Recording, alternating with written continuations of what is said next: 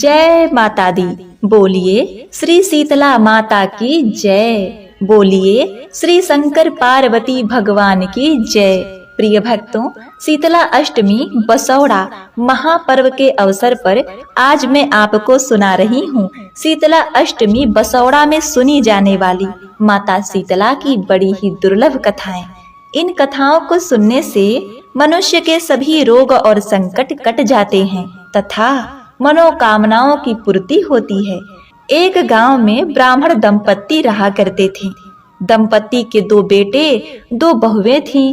दोनों बहुओं को लंबे समय के बाद बेटे हुए थे। इतने में शीतला अष्टमी का व्रत आया और घर में पर्व के अनुसार ठंडा भोजन तैयार किया गया। दोनों बहुओं के मन में विचार आया कि यदि हम ठंडा भोजन कर लेंगे तो बीमार हो जाएंगे। हमारे पुत्र भी अभी छोटे हैं। कुछ विचार करने के बाद दोनों बहुओं ने पशुओं के दाने तैयार करने के बर्तन में गुपचुप 2 बाटी तैयार कर ली। सास बहू शीतला माता की पूजा करके आईं। शीतला माता की कथा सुनी। बाद में सास तो शीतला माता के भजन करने के लिए बैठ गई। दोनों बहुएं बच्चे रोने का बहाना बनाकर घर आईं। दाने के बर्तन से गरम गरम रोटला निकाले, चूरमा किया और पेट भर करके खा लिया। सास ने घर आने पर बहुओं से भोजन करने के लिए कहा। बहुएं ठंडा भोजन करने का दिखावा करके घर के काम में लग गईं। सास ने कहा, बच्चे कब के सोए हुए हैं, उन्हें जगाकर भोजन करा लो। बहुएं जैसे ही अपने अपने बेटे को जगाने गई तो उन्होंने उन्हें मृत पाया। ऐसा बहुओं की करतूतों के फलस्वरूप शीतला माता के प्रकोप से हुआ था। बहुएं विवश हो गईं। सास ने घटना जानी तो बहुओं से लड़ने लगी। सास बोली, तुम दोनों ने अपने बेटों की बदौलत शीतला माता की अवहेलना की है, इसीलिए अपने घर से निकल जाओ और बेटों को जिंदा स्वस्थ लेकर ही घर में पैर रखना।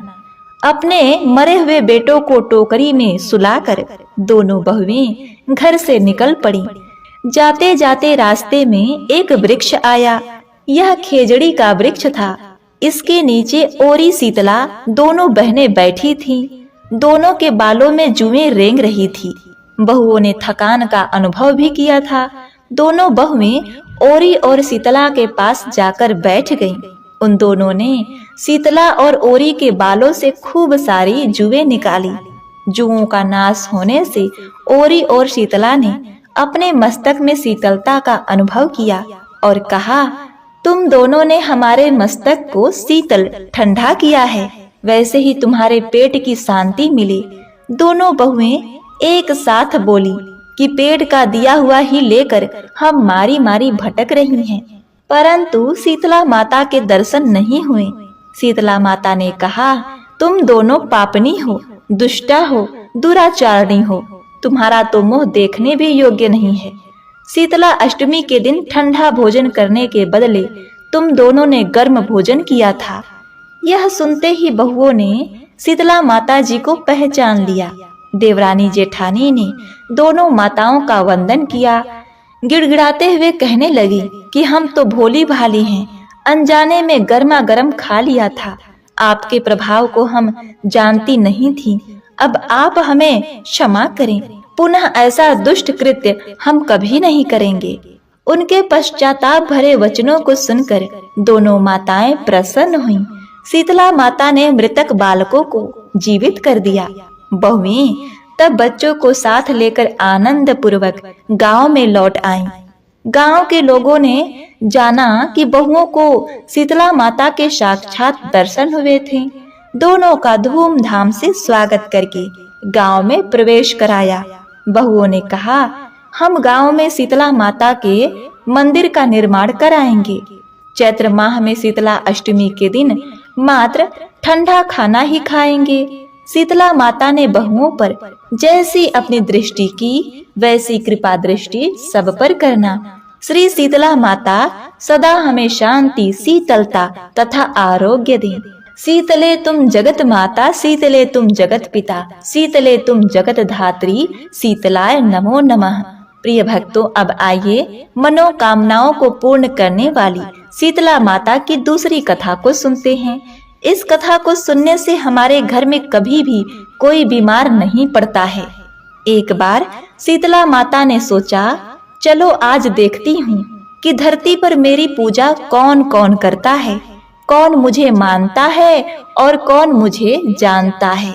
यही सोचकर शीतला माता धरती पर राजस्थान के डुगरी गांव में आई और देखा कि इस गांव में मेरा मंदिर नहीं है और ना ही मेरी पूजा होती है। माँ शीतला गांव की गलियों में घूम रही थी। तभी एक मकान के ऊपर से किसी ने चावल का उबला पानी नीचे फेंका। वह उबला पानी शीतला माता के ऊपर गिरा, जिससे शीतला माता के शरीर में छाले पड़ गए। शीतला माता के पूरे शरीर में भयंकर जलन होने लगी। शीतला माता गांव में इधर उधर भाग भाग के चिल्लाने लगी, अरे मैं जल गई रे, मेरा शरीर तप रहा है, जल रहा है, कोई मेरी सहायता करो, कोई मेरी मदद करो। लेकिन उस गांव में किसी ने शीतला माता की सहायता नहीं की। वहीं अपने घर के बाहर एक कुम्हारिन महिला बैठी थी। उस कुम्हारिन ने देखा कि अरे यह बूढ़ी माई तो बहुत जल गई है, इनके पूरे शरीर में तपन है, इनके पूरे शरीर में फोले भी पड़ गए हैं, यह तपन सहन नहीं कर पा रही हैं। तब उस कुम्हारिन ने कहा, हे माता, तो यहाँ आकर बैठ जा, मैं तेरे शरीर के ऊपर ठंडा पानी डालती हूँ। कुम्हारिन ने उस बूढ़ी माई पर खूब ठंडा पानी डाला और बोली, हे माँ, मेरे घर में रात की बनी हुई रबड़ी रखी हुई है, थोड़ा दही भी है, तू दही रबड़ी खा ले। तब बूढ़ी माई ने ठंडा ज्वार के आटे की रबड़ी दही खाया तो उसके शरीर को ठंडक मिली। तब उस कुम्हारिन ने कहा, आ माँ, बैठ जा, तेरे सिर के बाल बहुत बिखरे हैं, ला मैं तेरी चोटी गूंथ देती हूँ। और कुम्हारन माई की चोटी गूंथते हुए कंघी बालों में करती रही। अचानक कुम्हारन की नजर उस बूढ़ी माई के सिर के पीछे पड़ी। कुम्हारन ने देखा कि एक आंख बालों के अंदर छुपा है। यह देखकर वह कुम्हारन डर के मारे घबरा कर भागने लगी। तभी उस बूढ़ी माई ने कहा, रुक जा बेटी, तू डर मत, मैं तो कोई भूत प्रेत नहीं हूँ, मैं शीतला देवी हूँ। मैं तो इस धरती पर देखने आई थी कि मुझे कौन मानता है, कौन मेरी पूजा करता है। इतना कहकर माता 4 भुजा वाली हीरे जवाहरात के आभूषण पहने, सिर पर स्वर्ण मुकुट धारण किए, अपने असली रूप में प्रकट हो गईं। माता के दर्शन कर कुम्हारिन सोचने लगी, अब मैं गरीब इस माता को कहाँ बिठाऊं। तब माता बोली, हे बेटी, तुम किस सोच में पड़ गई हो। तब उस कुम्हारिन ने हाथ जोड़कर आंखों में आंसू बहते हुए कहा, हे माँ, मेरे घर में तो चारों तरफ दरिद्रता बिखरी हुई है, मैं आपको कहाँ बिठाऊं। मेरे घर में ना तो चौकी है, ना बैठने का आसन है। तब शीतला माता प्रसन्न होकर उस कुम्हारन के घर पर खड़े हुए गधे पर बैठकर एक हाथ में झाड़ू, दूसरे हाथ में डलिया लेकर उस कुम्हार के घर की दरिद्रता को साफ करके डलिया में भर के फेंक दिया और उस कुम्हारन से कहा, हे बेटी, मैं तेरी सच्ची भक्ति से प्रसन्न हूँ, अब तुझे जो भी चाहिए मुझसे वरदान मांग लो। तब कुम्हारन ने हाथ जोड़कर कहा, हे शीतला माता, मेरी इच्छा है कि अब आप इसी डुंगरी गांव में स्थापित होकर यही निवास करें और जिस प्रकार आपने मेरे घर की दरिद्रता को अपनी झाड़ू से साफ कर दिया है, ऐसे ही आपको जो भी भक्त होली के बाद की सप्तमी और अष्टमी को भक्ति भाव से पूजा कर अष्टमी के दिन आपको ठंडा जल, दही व बासी ठंडा भोजन चढ़ाए, उसके घर की दरिद्रता को दूर करना एवं आपकी पूजा करने वाली महिला का अखंड सुहाग रखना, उसकी गोद हमेशा भरी रखना। साथ ही जो पुरुष शीतला अष्टमी को नाई के यहाँ बाल न कटवाएं, धोबी को कपड़े धुलने को न दें और पुरुष भी आप पर ठंडा जल डालकर, नारियल फूल चढ़ाकर परिवार सहित ठंडा बासी भोजन करे, उसके काम धंधे व्यापार में कभी दरिद्रता न आए, उसकी बरकत हो। तब माता बोली, तथास्तु। हे बेटी, जो तूने वरदान मांगे हैं मैं सब तुझे देती हूँ। हे बेटी, तुझे आशीर्वाद देती हूँ कि मेरी पूजा का मुख्य अधिकार इस धरती पर सिर्फ कुम्हार जाति का ही होगा। तभी उस दिन से डुंगरी गांव में शीतला माता स्थापित हो गई और उसी गांव का नाम हो गया सील की डुंगरी। सील की डुंगरी भारत का एकमात्र मुख्य मंदिर है। शीतला सप्तमी और अष्टमी के दिन यहाँ विशाल मेला लगता है। तो बोलिए श्री शीतला माता की जय। प्रिय भक्तों, आइए अब मनोकामनाओं की पूर्ति करने वाली तीसरी कथा को सुनते हैं। इस कथा को पूरा अवश्य सुनिए। माता शीतला की चमत्कारी कथा। एक बार एक राजा के इकलौते पुत्र को शीतला अर्थात चेचक निकली। उसी के राज्य में एक काछी के पुत्र को भी शीतला निकली हुई थी। काछी परिवार बहुत गरीब था, पर भगवती का उपासक था।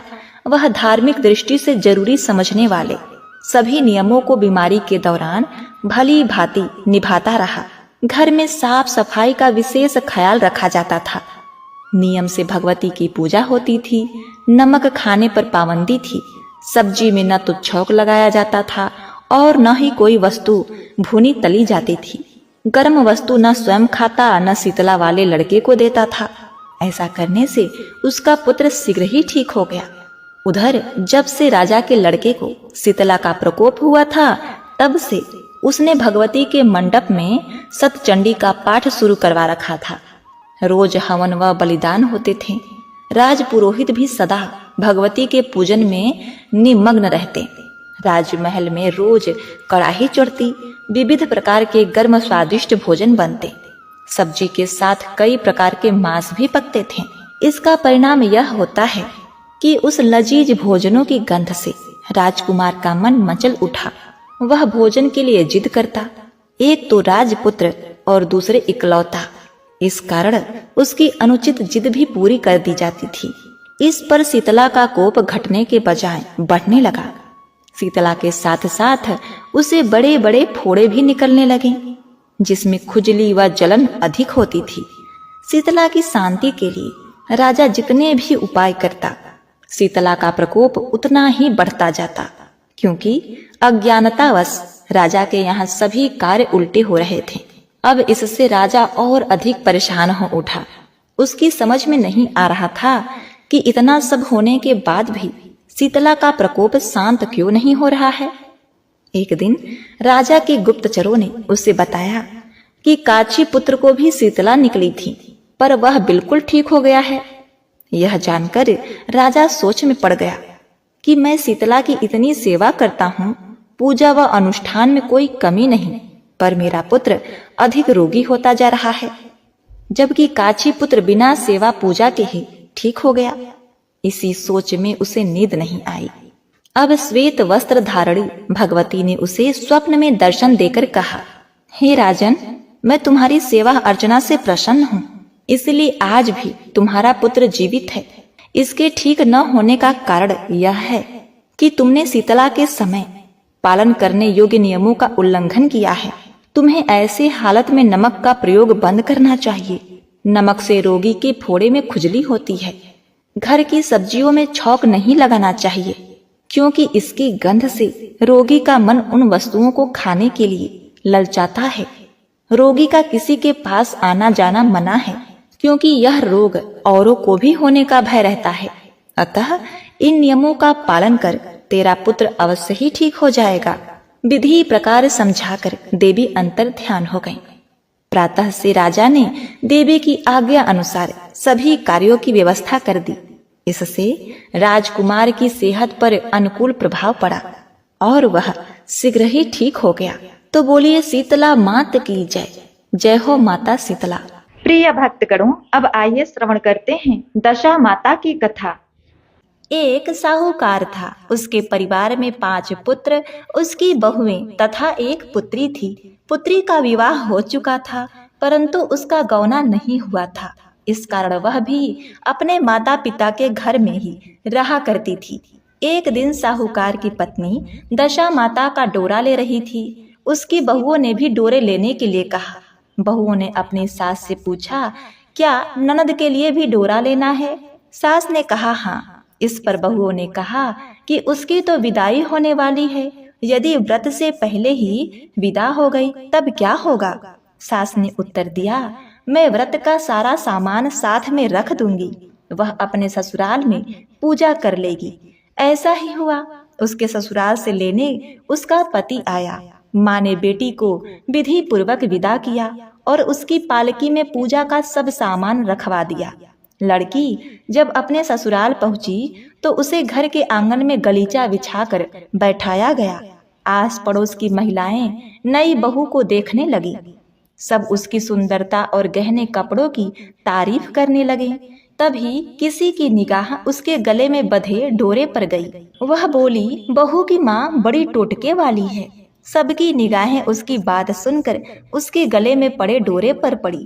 सभी स्त्रियां डोरे के बारे में अपनी अपनी राय प्रकट करने लगी। शाम को सास, ननद, देवरानी, जेठानी, घर की सभी स्त्रियां भी उसी डोरे की चर्चा करने लगी। सब डोरे की निंदा कर रही थीं। सुबह से शाम तक डोरे के बारे में सुनते सुनते बहू का दिमाग खराब हो गया। उसने डोरे को गले से उतार कर जलती हुई आग में डाल दिया। डोरे के जलते ही सारे घर में आग लग गई। घर में रखा सब धन धान्य जल गया। सब आदमी अपने प्राण बचाकर घर से भागने लगे। अब घर में केवल नई बहू और उसका पति रह गया। बाकी सब भाग गए थे। घर का सारा सामान जल गया था। घर में अब न खाने को अन्न था और न ही पहनने के लिए वस्त्र थे। इसीलिए दोनों पति पत्नी गांव छोड़कर रोजगार खोजने चल दिए। चलते चलते वे उसी गांव में पहुंच गए जहां की वह लड़की थी। लड़की ने अपने पति से कहा, आप यहाँ पर भाड़ झोंको और मैं भी कोई काम ढूंढ लेती हूँ। पत्नी का कहना मानकर वह भाड़ झोंकने लगा और स्वयं वह कुएं पर जाकर बैठ गई। उस कुएं पर सारे गांव की स्त्रियां पानी भरने आई थीं। उस लड़की की भाभियां उस कुएं पर पानी भरने आईं, परंतु उन्होंने अपनी ननद को नहीं पहचाना। वे उससे बोली, तुम तो किसी भले घर की लड़की मालूम होती हो, कुछ काम करना चाहती हो तो बोलो। लड़की बोली, काम तो करूंगी परंतु कोई नीच काम नहीं करूंगी। बड़ी भाभी बोली, हमारी ननद ससुराल चली गई है, तुम हमारे बच्चों की देखभाल करती रहना और हमारे घर से सीधा लेकर अपना भोजन बना लिया करना। लड़की इस काम के लिए राजी हो गई। लड़की की भाभियां अपने घर आईं और सास से बोली, कुएं पर एक अनाथ लड़की बैठी है। सासू जी, वह हमारे घर रहने और बच्चों की देखभाल करने को राजी है। आप कहो तो हम उसे रख लें। सास ने कहा, खुशी से रख लो, परंतु आपस में कलह मत करना। सब बहुएं राजी हो गईं। वे वापस कुएं पर आईं और उसे घर ले आईं। वह अपने भतीजे और भतीजियों को देखभाल करने लगी और अपना जीवन निर्वाह करने लगी। एक दिन दशा माता का डोरा लेने का अवसर आया। सास के कहने पर सब बहुओं ने डोरा लिया। बहुओं ने सास से पूछा कि माँ जी, क्या इस लड़की के लिए भी डोरा लेना है? सास ने कहा हाँ। बहुओं ने कहा, इसी प्रकार अपने ननद जी के लिए भी डोरा ले लिया था, परंतु पूजा से पहले ही उनकी विदाई हो गई। अब इस लड़की को डोरा दिलाना चाहती हो? यदि यह पूजा से पहले चली गई तो क्या होगा? सास बोली, तुम्हारी ननद ने अपने घर जाकर पूजा की होगी। यह लड़की पूजा होने तक इसी घर में रहेगी तो अपने आप पूजा में शामिल हो जाएगी और यदि कहीं चली गई तो वह वहीं पूजा कर लेगी। सर्वसम्मति से लड़की ने भी दशा माता का डोरा लिया। 2 दिन तक वह दशा माता की कहानी तथा व्रत पूजन में शामिल होती रही। 10वें दिन लड़की की माता बहुओं ने सर से स्नान किया और घर में चौका लगाया, पूजन की तैयारी करने लगी। लड़की बहुओं से बोली, यदि कोई पुराना कपड़ा मिल जाए तो मैं स्नान कर लूं। बहुओं ने अपनी सास से पूछकर अपनी ननद की साड़ी उस लड़की को दे दी। अपनी पुरानी साड़ी लेकर वह स्नान करने चली गई। उसने सर से स्नान करके साड़ी पहनी, घर आई। घर पर पूजा आरंभ हो गई। वह जैसे ही पूजा के पास जाकर बैठी तो बहुओं ने कहा, यह तो हमारी ननद जैसी लग रही है। इस पर सास ने नाराज होकर कहा, तुम्हारे मन में जो आता है बोलती रहती हो, पूजा के समय भी चुपचाप नहीं बैठा जाता। चुप रहो, मुझे कथा कह लेने दो, तुम्हारी बातों से कथा में विघ्न पड़ता है। बहुएं चुप हो गईं। घर की सब स्त्रियों ने पारण किया, लड़की ने भी पारण किया। इसके बाद स्त्रियां एक दूसरे का सर गूंथने लगी। एक ने लड़की का सर गूंथना शुरू किया। वह बोली कि जैसी गूंथ सिर में है वैसी गूंथ हमारी ननद के सिर में भी थी। सास नाराज होकर बोली, तुम मेरी बेटी की तुलना उससे क्यों कर रही हो? सास ने बहू को तो डांट दिया, परंतु उसकी मन में बात घर कर गई। उसने लड़की से कहा, आज रात मेरे पास ही सोना। रात को जब बहुएं सो गईं, तो उसने लड़की से पूछा, तुम्हारे पीहर में कभी कोई था? उसने जवाब दिया, मेरे 5 भाई और भाभियां थी, तुम जैसे माता पिता थे। उसने फिर पूछा, क्या हुआ?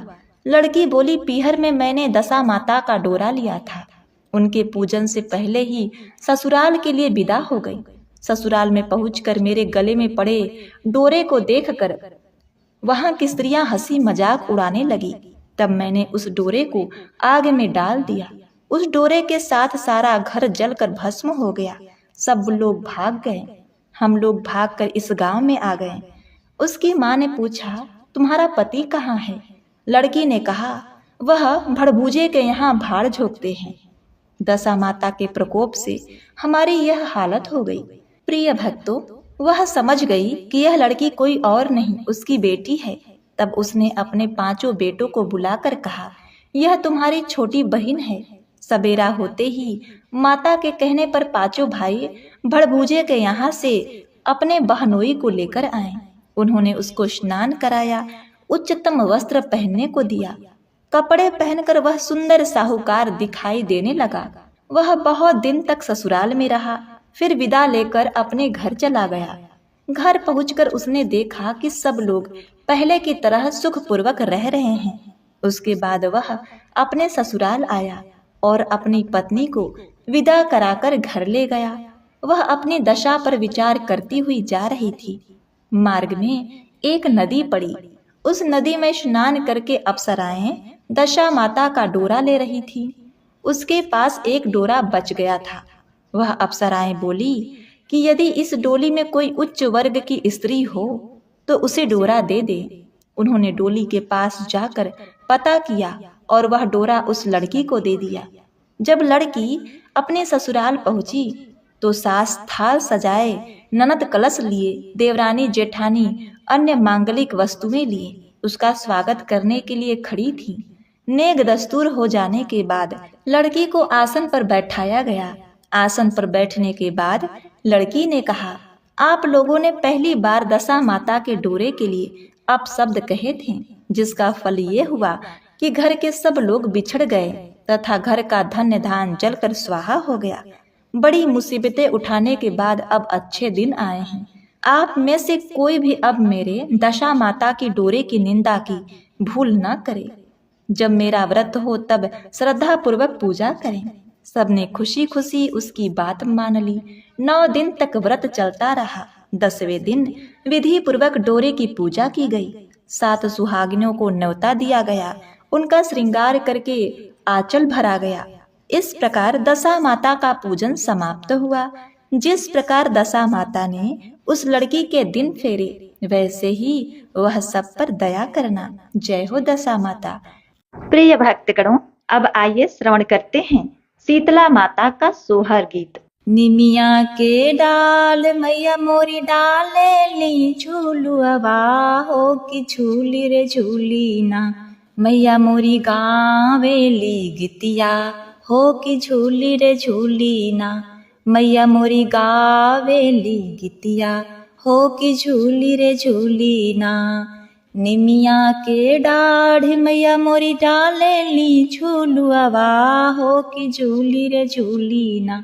कि मैया मोरी गावेली गितिया हो कि झूली रे झूली ना। झूलता झूलत माई के लागेली पियसिया रे कि चली हो भैनी ना, हो कि चली रे भैनी ना। मलहोरिया दुआर मैया चली रे भैनी ना, मलहोरिया दुआर मैया चली रे भैनी ना। सुतल बाड़ू की जागल ये मालिनिया, हो कि बूंद एक ना।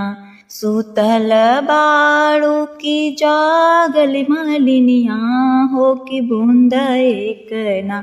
हमके पानिया पियै द मालिन बूंद एक ना, हमके पानिया पियै द मालिन बूंद एक ना। कैसे के पानिया पियाई मोरी मैया, हो कि मोरे गोदिया ना। कैसे के पानिया पियाई मोरी मैया, हो कि मोरे गोदिया ना। बाड़े बल का न दान मैया मोरे गोदिया ना, कि बाड़े बल का न दान मैया मोरे गोदिया ना। बलका सूता दा मालिन सोने के खटोलवा, हो कि बूंद एक ना। बलका सूता दा मालिन सोने के खटोलवा, हो कि बूंद एक ना, हो कि बूंद एक ना। हमके पानिया पियै द मालिन बूंद एक ना, हमके पानिया पियै द मालिन बूंद एक ना। निमिया के डाल मैया झूलनी झूलुआ, हो कि झूले रे झूली ना। मैया मोरी गावे ने गीतिया, हो कि झूले रे झूली ना। मैया मोरी गावे ने गीतिया, हो कि झूली रे झूली ना। एक हाथे लहिला मालिन सोने का घड़िलवा, हो कि दूसरे हाथे ना।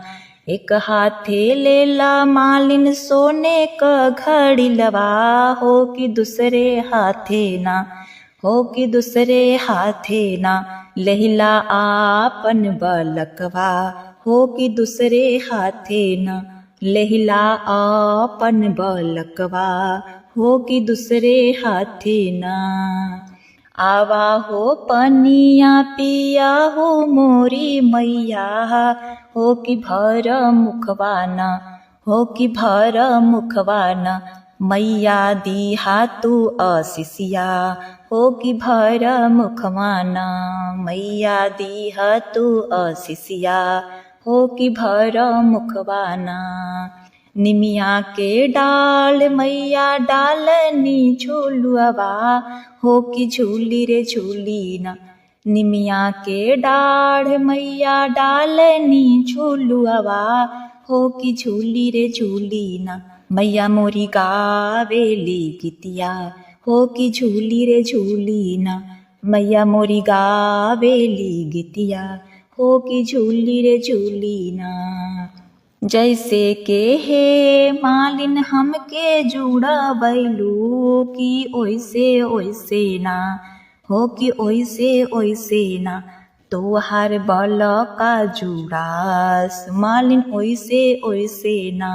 तोहार बल का जुड़ात मालिन ओइसे ओइसे ना। जवन आशीषिया मैया मालिन के तू देहलू, कि ओइसे ओइसे ना। तनी हमहू के देदा माई ओइसे ओइसे ना। तनी हमहू के देदा माई ओइसे ओइसे ना। निमिया के डाढ़ मैया मोरी डालेली झूलुआ, हो कि झूली रे झूली ना। हो कि झूली रे झूली ना। मैया मोरी गावेली गीतिया, हो कि झूली रे झूली ना।